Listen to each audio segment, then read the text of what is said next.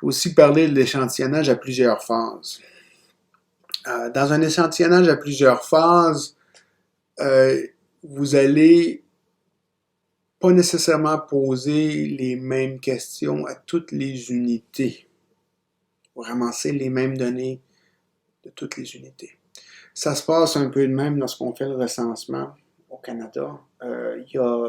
Tous les Canadiens, toutes les Canadiennes sont tenus de répondre à ce qui s'appelle le petit recensement. Puis certains d'entre nous, en général, c'est à peu près 20% de la population qui est choisie au hasard pour remplir le grand recensement, ou le grand formulaire de recensement. C'est un exemple d'un échantillonnage à plusieurs phases.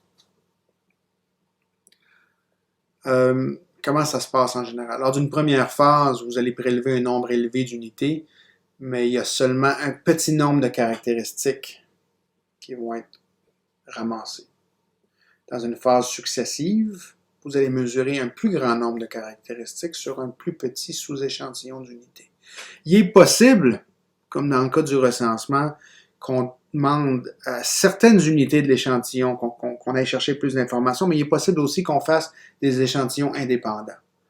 Un premier échantillon, ou en 4, on va chercher un petit nombre de caractéristiques, puis on prend un plus petit nombre d'unités, pas nécessairement dans un sous-échantillon, là, mais ça pourrait être un échantillon différent, puis on a plus de caractéristiques pour ça. De cette façon-là, ce que vous arrivez à faire, c'est que vous êtes capable de donner une estimation d'un paramètre visé avec plus de précision, avec un plus faible coût. Vous allez étudier la relation entre les caractéristiques mesurées lors des différentes phases. Fait que supposons qu'on considère un échantillonnage aléatoire simple à 2 phases. Fait que c'est pas un ENP, là, on s'intéresse à un EAS2P, peut-être qu'on l'appellerait de même. Échantillonnage double. C'est utile dans une situation où l'énumération de la caractéristique étudiée est dispendieuse. Ça peut coûter cher ou ça peut demander beaucoup de ressources humaines. Mais peut-être qu'il est facile d'observer une caractéristique auxiliaire pour laquelle il y a une forte relation avec le caractère principal, la caractéristique d'intérêt. Fait qu'on commencerait peut-être par prélever en première phase un échantillon aléatoire simple d'une très grande taille qui nous permettrait d'analyser la variable auxiliaire. Ça nous donnerait des estimations précises, on espère, du total ou de la moyenne pour cette variable auxiliaire-là. Puis dans la seconde phase, vous allez choisir un plus petit échantillon. Peut-être plus simple de prendre un sous-échantillon de l'échantillon obtenu à la première phase. Puis là, vous allez mesurer et le caractère principal et la variable auxiliaire. La variable auxiliaire, vous l'avez déjà mesurée. Vous allez chercher la caractéristique principale. Puis là, vous êtes capable de vous servir de ça pour obtenir des estimations de la caractéristique principale avec des renseignements obtenus pendant la première phase. Peut-être en vous servant de la méthode du quotient ou de la méthode de la régression. Les méthodes qu'on a étudiées qui nous permettent de lier une variable auxiliaire à une variable réponse. Quand on faisait la méthode par le quotient puis la méthode de régression, on avait les mêmes variables ou les mêmes observations qui avaient été faites pour toutes les unités. Mais ici, ce n'est pas le cas. Il y a seulement certaines des unités pour lesquelles on va avoir fait toutes les observations. Et on pourrait augmenter la précision ici en ne prenant pas juste une variable auxiliaire corrélée, on pourrait en prendre plusieurs. Par exemple, mettons que vous cherchiez à estimer, vous donner une estimée du total du volume de bois qui se retrouve dans une forêt. Ce que vous pourriez faire, c'est peut-être aller mesurer la circonférence, CI, puis la hauteur, HI, des arbres dans un échantillon. C'est pas trop difficile d'aller mesurer la circonférence, peut-être même la circonférence à la base. Vous prenez un ruban mesuré, vous faites le tour. Puis la hauteur, on peut se servir de méthode trigonométrique pour faire ça. Et puis là, peut-être que certains de ces arbres-là qui vont être abattus ou qui ont déjà été abattus, ou aussi bien prendre ceux qui ont déjà été abattus, supposant qu'ils ont été abattus au hasard, bien sûr. Puis vous allez aussi calculer le volume des arbres pour ce sous-échantillon-là. Fait que c'est pas tous les arbres pour lesquels vous avez le volume, mais pour tous les arbres, vous allez avoir la circonférence à la base puis la hauteur de l'arbre. Puis pour certains de ces arbres-là, vous allez aussi avoir le volume. Puis l'idée maintenant, ce serait de trouver une relation statistique entre le total du volume, le total de la circonférence, puis le total des hauteurs. Fait que ce mode d'échantillonnage-là vous aide à réduire le coût des énumérations, puis ben, on espère qu'il va vous permettre d'accroître la précision des estimations. Vous pourriez aussi vous servir d'un ENP pour stratifier la population. Vous allez commencer par prendre un premier échantillon. Vous allez vous baser sur une caractéristique auxiliaire. C'est celle-là que vous allez utiliser pour subdiviser la population en strates. Après, on espère que la caractéristique principale va être plus ou moins homogène. Ce qu'on aimerait avoir dans des stratifications, là. Une bonne stratification demande que la variable réponse ne change pas trop dans une strate, mais qu'elle puisse être très différente d'une strate à l'autre. Tant vos caractéristiques sont fortement corrélées, ben, il y a des estimations précises. La caractéristique principale, à partir d'un deuxième échantillon qui peut être beaucoup plus petit. Il y a moyen aussi de jumeler le mode d'échantillonnage à 2 phases avec le mode d'échantillonnage à 2 degrés, par exemple. Vous pouvez faire ça avec n'importe quel mode d'échantillonnage, mais c'est au moins une possibilité. Quand vous faites les 2 étapes de sélection en utilisant un EAS, on parle de EAS2P, échantillonnage aléatoire simple à 2 phases. Dans la première phase, la population est divisée en unités d'échantillonnage, puis vous prélevez un échantillon Y1 de taille N1, vous mesurez la variable auxiliaire X sur toutes les unités de Y1. Dans la deuxième phase, vous allez prélever un sous-échantillon aléatoire simple Y2 de Y1 de taille N2 qui va être plus petite que N1, puis sur cette deuxième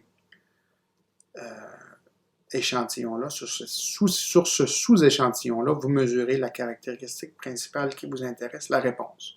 Fait que la variable auxiliaire, c'est X, la variable réponse, c'est Y, puis vous le faites pour toutes les unités de l'échantillon Y2. Puis là, ben, on peut calculer les paramètres, le quotient R dans le deuxième échantillon, potentiellement la pente de la droite de régression dans le deuxième échantillon. Ce sont des quantités qu'on calcule seulement avec le plus petit sous-échantillon. Ça va vous donner maintenant un estimateur pour la moyenne en vous servant du quotient puis de l'échantillonnage aléatoire simple à 2 phases, par exemple. Vous iriez chercher le quotient entre Y et X de l'échantillon Y2, puis vous multiplieriez ça, par exemple, par la valeur de X bar dans l'échantillon Y1, puis ça pourrait vous donner une estimation de la moyenne de Y dans l'échantillon, dans la population générale. Hein? Ça fait qu'on va trouver nos quantités de paramètres dans l'échantillon Y2, puis on se sert des quantités auxiliaires dans l'échantillon Y1 pour pouvoir trouver nos estimateurs de moyenne. Je ne vais pas vous parler, je vous montre ici l'estimateur de la moyenne de Y si vous vous servez de la méthode de régression, c'est la même idée. Fait qu'on irait commencer par chercher la moyenne de Y, la réponse Y dans l'échantillon Y2, la moyenne de l'auxiliaire X dans Y2, puis on pourrait trouver la pente de la droite de régression B dans Y2, puis on se servirait, à toute fin pratique, on remplacerait mu X par X bar dans Y1. C'est ce qui se passe. Dans les deux cas, en fait, c'est ce qui se passe. Fait qu'un échantillon aléatoire simple à 2 phases pourrait ressembler à ceci. Les carrés qui sont seulement en bleu, vous ne mesurez que la variable auxiliaire. Les carrés qui sont en gris, vous mesurez et la variable auxiliaire et la variable réponse qui vous intéresse. Bon, comment on fait l'estimation de la variance d'échantillonnage? Les estimateurs eux-mêmes sont là. Pour la variance d'échantillonnage, on a des formules. C'est du double échantillonnage. Il va y avoir deux termes qui vont contribuer à chacune des variances d'échantillonnage des estimateurs. La première contribution vient lorsqu'on passe de la population à l'échantillon Y1. On pourrait prendre différents échantillons et donc on s'attend à ce que les estimateurs varient en fonction de ça. Puis la deuxième contribution de la variance provient du fait qu'on passe de l'échantillon Y1 au sous-échantillon Y2. Il y a plusieurs façons de prendre ce sous-échantillon-là et donc il y aurait plusieurs différentes contributions pour la variance. Il va y avoir une variabilité dans les estimateurs en fonction de ça. Il y a des formules. Écoutez, je ne vais même pas vous les lire, c'est trop, il y a trop de termes. C'est des formules qu'on doit savoir. C'est pas trop difficile. Écoutez, on calcule la variance empirique de Y, la variance empirique de X, la covariance entre X et Y, et ça, on peut vraiment seulement le faire à partir de l'échantillon Y2, parce que dans Y1, on n'a pas des Y et des X, on a seulement des X. J'imagine qu'on pourrait toujours calculer cette variance empirique-là ici avec l'échantillon Y1, mais c'est sans doute une meilleure idée de le faire, là, de garder les mêmes sous-échantillons. Puis les quantités des paramètres qu'on évalue, R, ça s'évalue à même Y2, ici, on n'a pas le choix.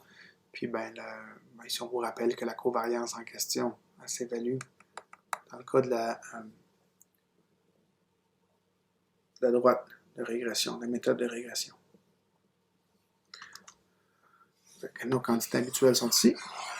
On le fait dans Y2. Notre R de deuxième échantillon, c'est le Y bar divisé par X bar dans le deuxième échantillon. Le B du deuxième échantillon, c'est le SXY sur SX carré. Puis la variance spécifique, la covariance spécifique, si vous voulez, à la méthode de la régression, c'est la formule suivante. On l'a vu, cette formule-là. N2-1 sur N2-2 fois la variance de Y dans l'échantillon Y2 moins le carré de la pente, la droite de régression fois la variance empirique de X dans l'échantillon Y2.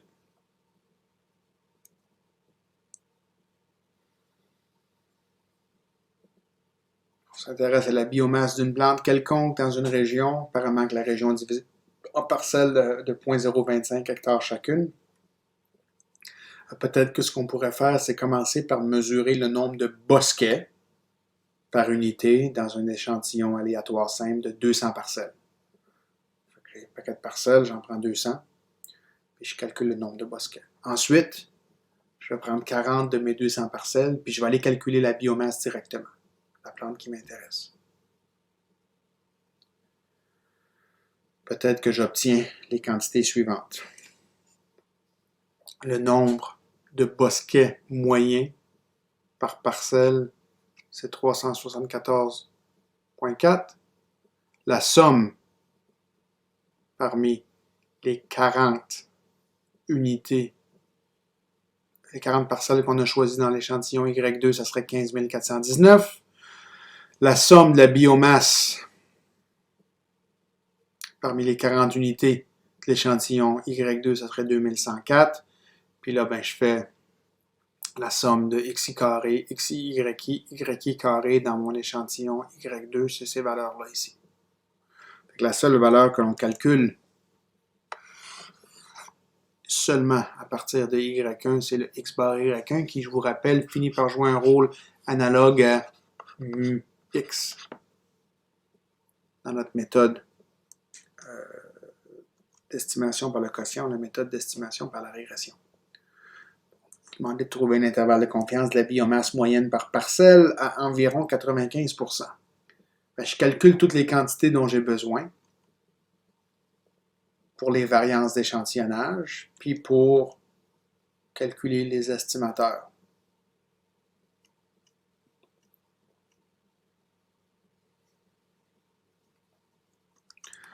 X bar dans le deuxième échantillon, Y bar dans le deuxième échantillon, l'estimateur du quotient dans le deuxième échantillon, ce serait Y bar sur X bar dans le deuxième échantillon. Toutes les valeurs qui sont là, Sx carré, Sy carré, Sxy, ce sont les variances et la covariance de X et Y dans le deuxième échantillon. On sert des formules habituelles. La pente, la droite de régression dans le deuxième échantillon, ça serait la covariance divisée par la variance empirique. La valeur qui est ici. Puis finalement, on calcule la variance, la covariance, ou en tout cas, cette expression-là, S2XY, qui est spécifique à la régression. N-1 sur N-2 fois Sy carré moins B au carré fois Sx au carré. Ça me donne ces chiffres-là. Fait que j'ai un paquet de chiffres. Je suis capable de calculer avec ça mes estimateurs de l'échantillonnage à deux phases avec la méthode du quotient, l'estimateur de l'échantillonnage de la moyenne de l'échantillonnage à deux phases avec la méthode de régression. J'ai des valeurs d'estimateurs qui sont quand même près les unes des autres, c'est pas une mauvaise chose. Puis là, on peut aussi calculer leur variance avec les formules de variance. Ici, on se rend compte que les variances n'ont pas tout à fait la même taille. Mais lorsqu'on prend la racine carrée de ces trucs-là, puis qu'on rajoute à l'estimation initiale, bien, on se retrouve avec les deux intervalles de confiance qui sont ici, oui. Puis bien, celui-ci, il est plus serré, il est plus petit, puisque la variance d'échantillonnage est plus petite. On dirait, en tout cas, que la précision